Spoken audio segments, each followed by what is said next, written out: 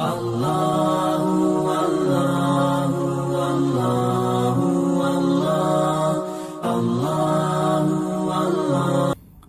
hukumnya jika istri kita malas dari bangun tidur sampai malam, sibuk dengan HP? Nah ini sama ya. Yang menyiapkan segalanya, sebentar. Yang menyiapkan segalanya adalah kita, dari masak, memandikan anak, menyetrika dan lain-lain. Padahal, sebentar. Padahal apa ini? Awal nikah baik-baik saja dan rajin. Saya menegur, jawabannya apa ini? Pengen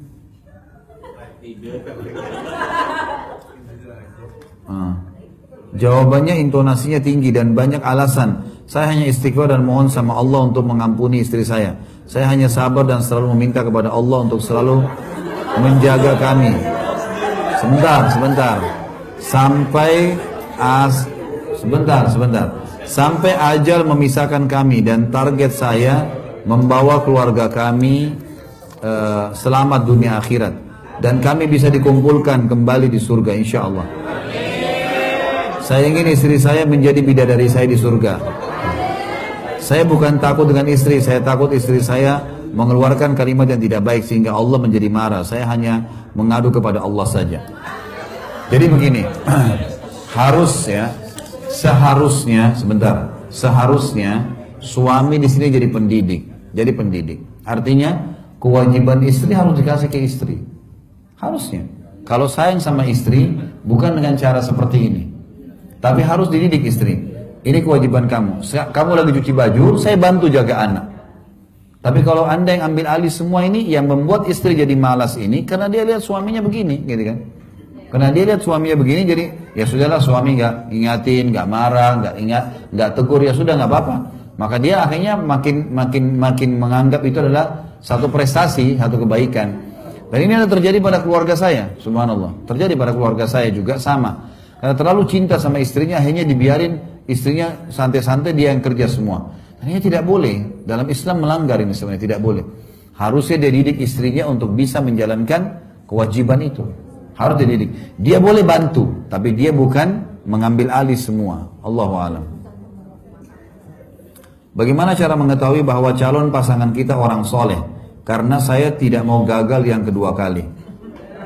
Baik. Jadi bagaimana caranya, pertanyaan yang bagus ya, bagaimana caranya saya tahu pasangan saya ini baik sementara saya tidak pacaran? Itu ada dalam manajemen rumah tangga Islami, pertama saya bahas. Jadi ada 3 hal yang mendasar Bapak Ibu sekalian, yang kita kalau tahu, kita sudah tahu siapa dia. Yang pertama adalah, kata Nabi SAW, lihatlah sesuatu yang menarik dari pasanganmu.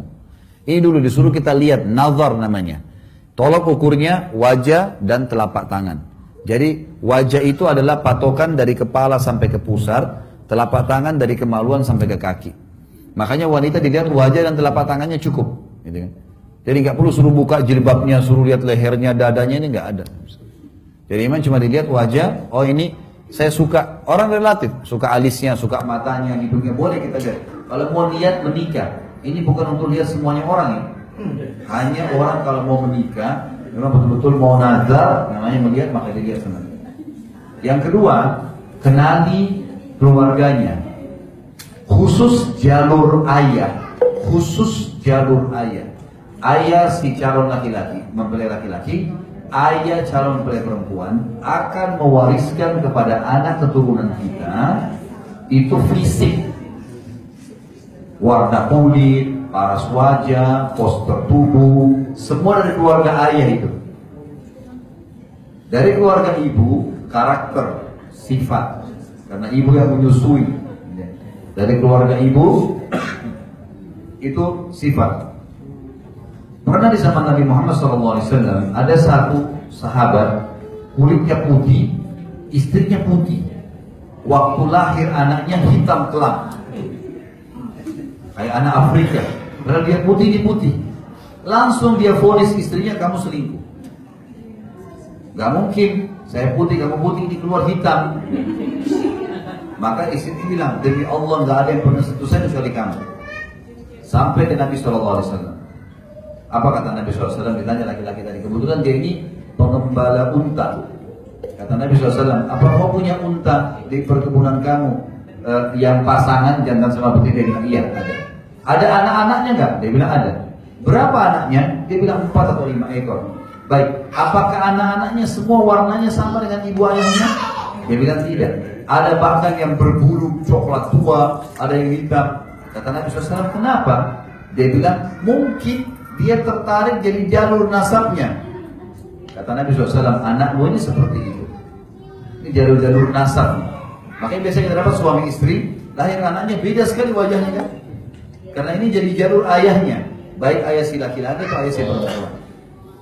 Jadi untuk itu saja. Jadi kalau mau tahu nanti keturunan saya bagaimana, maka tahu dari fisiknya, dari keluarga ayahnya. Kalau karakter dari keluarga ibu. Dan ini diambil globalnya keluarga ya, globalnya. Biasanya memang ada sifat umum keluarga. Ada keluarga laki, ada keluarga dari ayah itu memang tinggi-tinggi besar. Nanti anak kita akan begitu semua tuh. Ada mungkin kalau dari keluarga ibu misalnya semuanya terkenal dosen, suka kuliah, pendidikan, atau orangnya baik-baik, terkenal orang-orang solehah, maka itu insya Allah juga akan sudah cukup. Walaupun ada 1 orang, 2 orang yang pemabuk itu nggak jadi tolak ukur, tapi globalnya keluarga. Yang ketiga adalah lingkungannya.